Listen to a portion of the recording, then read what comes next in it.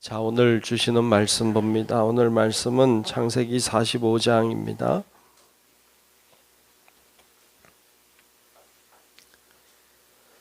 창세기 45장 1절로 끝절의 말씀을 보겠습니다.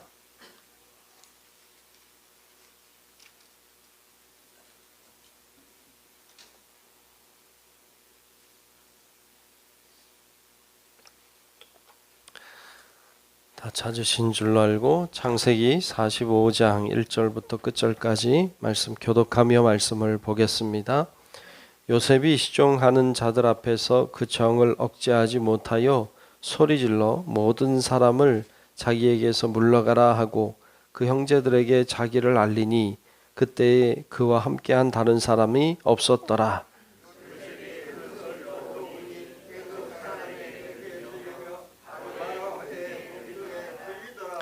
요셉이 그 형들에게 이르되 나는 요셉이라.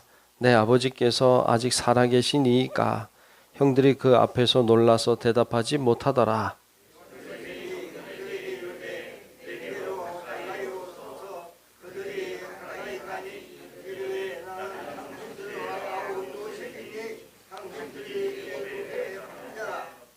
당신들이 나를 이곳에 팔았다고 해서 근심하지 마소서, 한탄하지 마소서. 하나님이 생명을 구원하시려고 나를 당신들보다 먼저 보내셨나이다.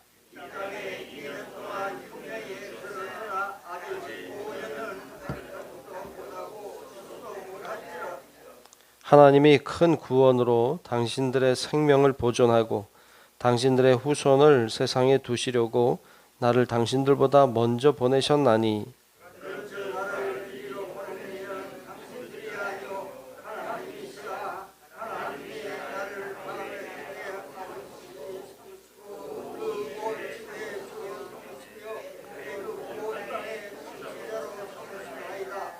당신들은 속히 아버지께로 올라가서 아뢰기를 아버지의 아들 요셉의 말에 하나님이 나를 애굽 전국의 주로 세우셨으니 지체 말고 내게로 내려오사.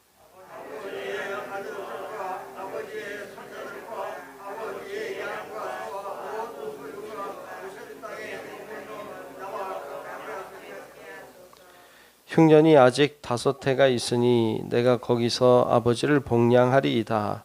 아버지와 아버지의 가족과 아버지께 속한 모든 사람에게 부족함이 없도록 하겠나이다 하더라고 전하소서.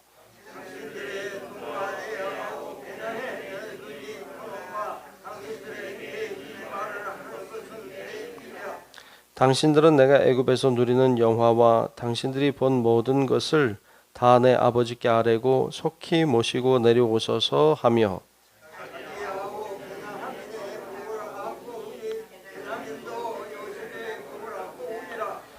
요셉이 또 형들과 입맞추며 안고 우니 형들이 그제서야 요셉과 말하니라.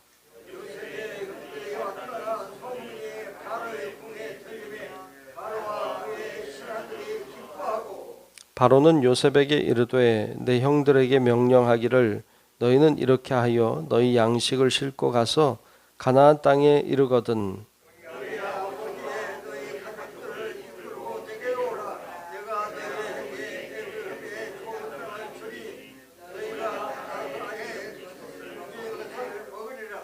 이제 명령을 받았으니 이렇게 하라. 너희는 애굽 땅에서 수레를 가져다가 너희 자녀와 아내를 태우고 너희 아버지를 모셔오라.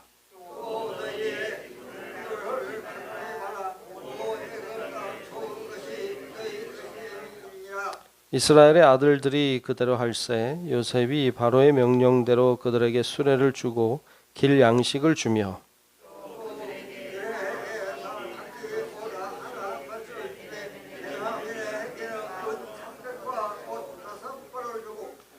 그가 또 이와 같이 그 아버지에게 보내되 순낙이 10필에 애굽의 아름다운 물품을 실리고 암낙이 10필에는 아버지에게 길에서 드릴 곡식과 떡과 양식을 실리고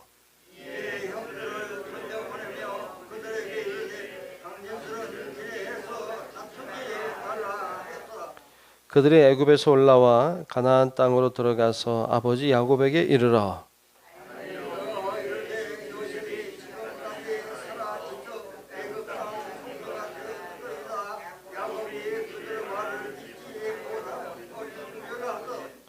그들이 또 요셉이 자기들에게 부탁한 모든 말로 그에게 말하매 그들의 아버지 야곱은 요셉이 자기를 태우려고 보낸 수레를 보고서야 기운이 소생한지라.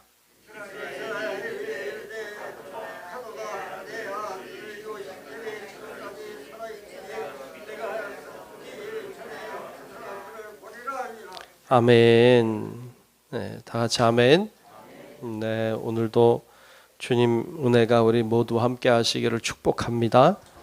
네, 오늘 우리가 기도원 가는 날이죠. 중분의 농사 오늘 6시 반 7시 차량 출발하니까 이용해서 많이 오시면 좋겠어요. 은혜 받는 시간 되시면 좋겠습니다. 오늘 교회에서 9시 모임은 없어요. 모이지 않아요. 그러니까 착오가 없도록 하시면 좋겠습니다. 자, 오늘 창세기 45장 말씀을 봤습니다. 오늘 말씀은 굉장히 감동적인 장면이죠. 드디어 요셉이 자신이 애굽의 총리인 것을 형제들에게 밝히는 장면이에요. 그동안 계속 테스트했죠. 시험을 했어요. 하나님도 우리를 시험하시죠. 시험을 잘 감당하고 이겨내는 은혜가 있기를 축복합니다. 시험은 잘 봐야 된다 그랬습니다. 시험 잘 봐야 돼요. 자, 그런데 시험을 잘 통과했죠. 그래서 드디어 요셉이 자신이 애굽 총리인 것을 밝히는 장면을 보는데 오늘 1절에 보면 이렇게 말하고 있어요. 1절을 한번 다시 읽겠습니다. 1절. 요셉이 시종하는 자들 앞에서 그 정을 억제하지 못하여, 그렇죠, 더 견디질 못했죠. 그래서 소리질러 모든 사람을 자기에게서 물러가라 하고 그 형제들에게 자기를 알리니 그때에 그와 함께한 다른 사람이 없었더라 그랬어요.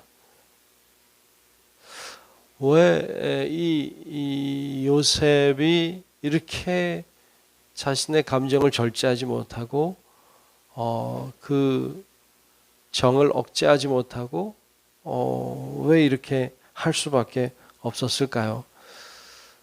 그동안의 테스트한 모습을 통해서 몇 가지를 발견했기 때문이죠. 이 요셉 자신을 어떻게 생각하는지, 그리고 자신의 동생인 베냐민을 어떻게 대하는지, 이거를 알게 된 것이죠.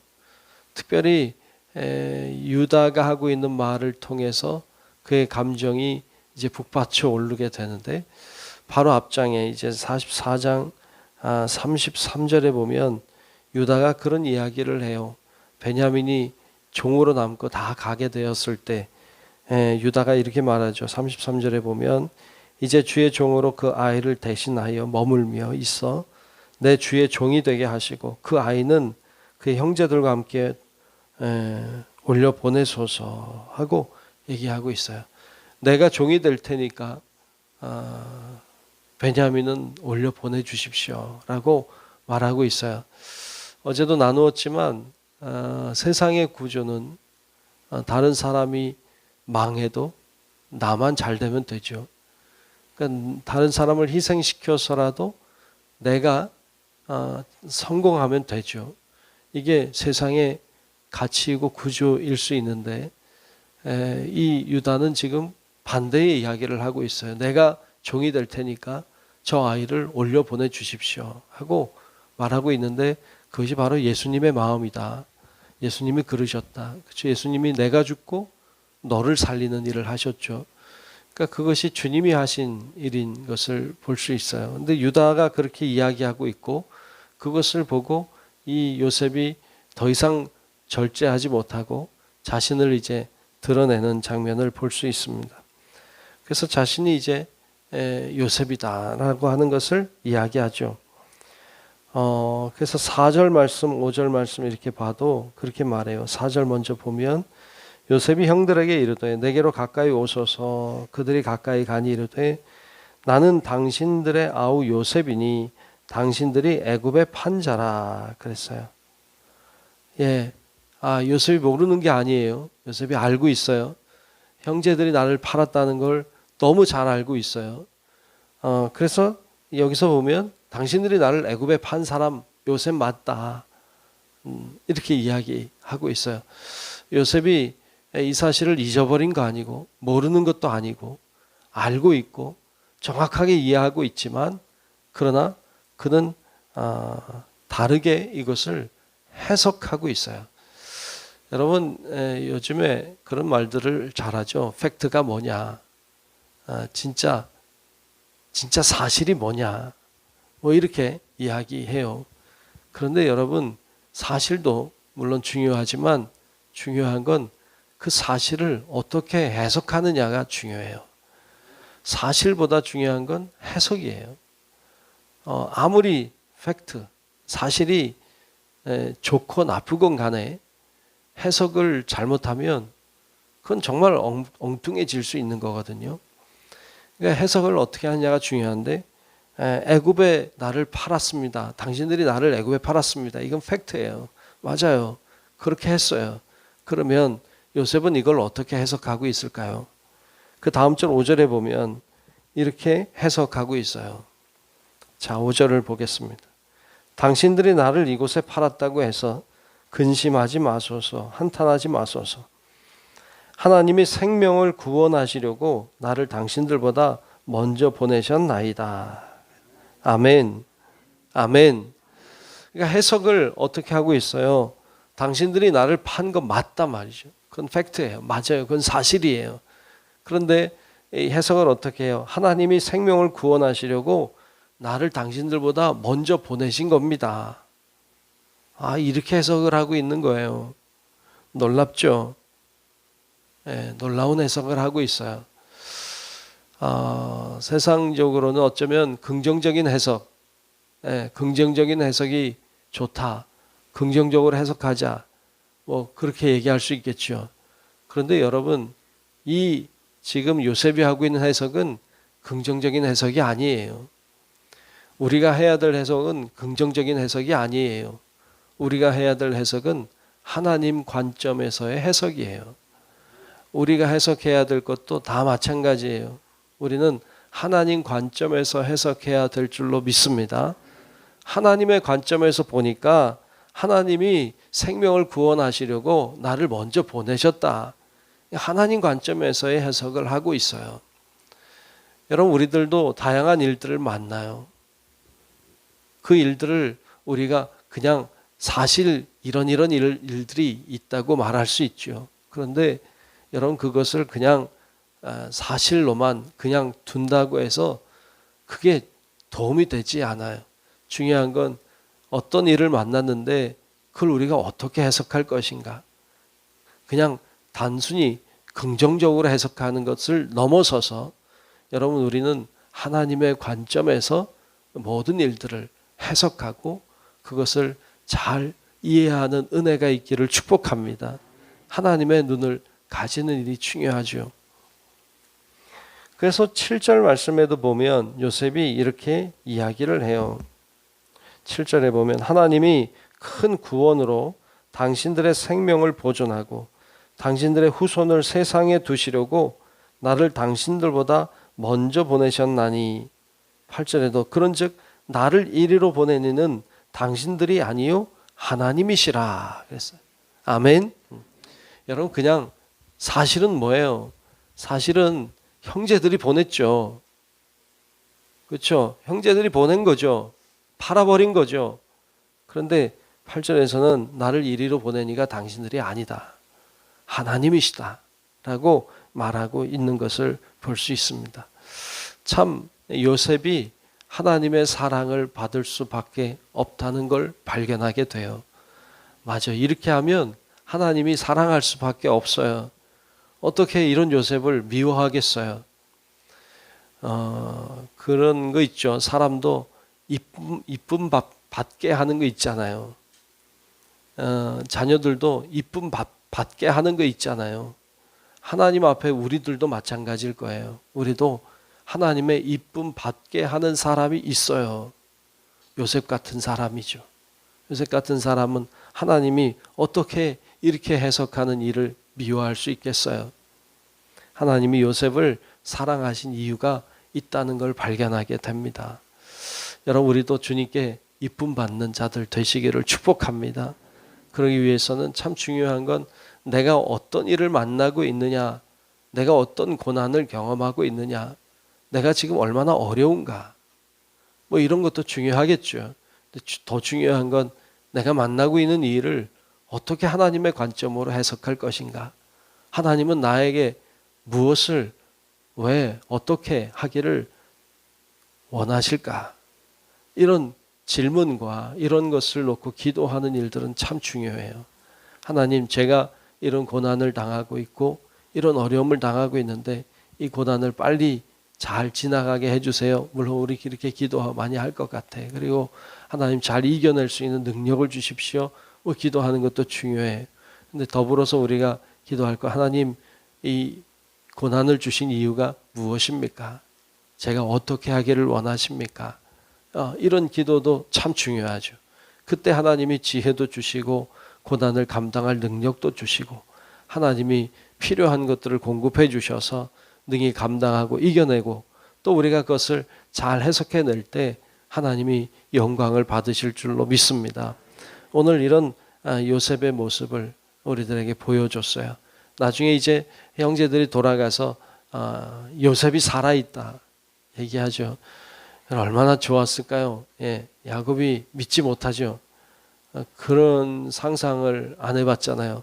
죽었다고만 생각했죠. 그런데 살아 있다는 것을 알게 되니까 얼마나 좋았을까요? 그리고 이제 야곱이 그 보내온 수레나 물품들을 보고 진짜구나. 여러분 얼마나 좋았을까요? 그렇게 사랑했던 아들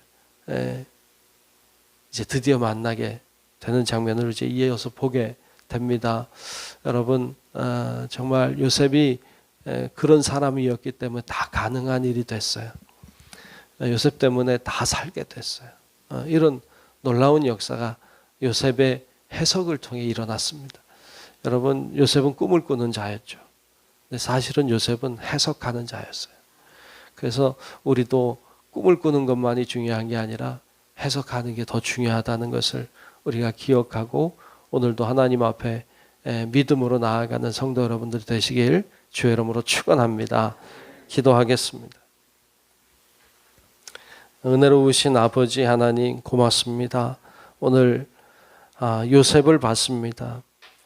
무슨 일을 당했는지를 정확히 알지만 그러나 그것을 하나님의 관점에서 해석해내는 정말 멋진 요셉을 봤습니다. 하나님, 우리도 여러 가지 일들을 만나고 있고 또 어떨 때는 고난의 길을 걸을 때도 있습니다만 그럼에도 불구하고 우리가 그것을 하나님의 관점에서 잘 해석하게 하시고 그러므로 하나님의 뜻을 깨닫고 또 하나님의 마음을 시원케 하는 하나님의 사람들 다 되게 하여 주시옵소서. 성령의 능력을 우리에게 부어주셔서 능히 하나님의 눈으로 바라볼 수 있는 시야를 허락해 주시고 믿음도 주시고 능력도 주시고 하나님이 영으로 충만하게 도우셔서 능히 어떤 일이든지 무슨 일을 만나든지 다 이겨내고 승리하는 우리 모든 성도들 되게 하여 주시옵소서. 오늘도 우리의 기도의 자리를 축복하시고 하나님 앞에 간구하며 나아갈 때 하나님의 영광과 은혜와 능력을 보게 하여 주옵소서. 모든 것 주님께 맡기며 살아계신 예수님 이름으로 간절히 기도하옵나이다. 아멘. 하늘에 계신 우리 아버지여, 이름이 거룩히 여김을 받으시오며 나라가 임하시오며 뜻이 하늘에서 이루어진 것 같이 땅에서도 이루어지이다.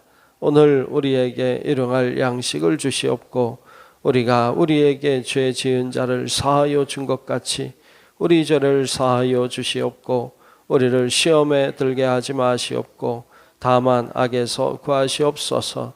나라와 권세와 영광이 아버지께 영원히 있사옵나이다. 아멘.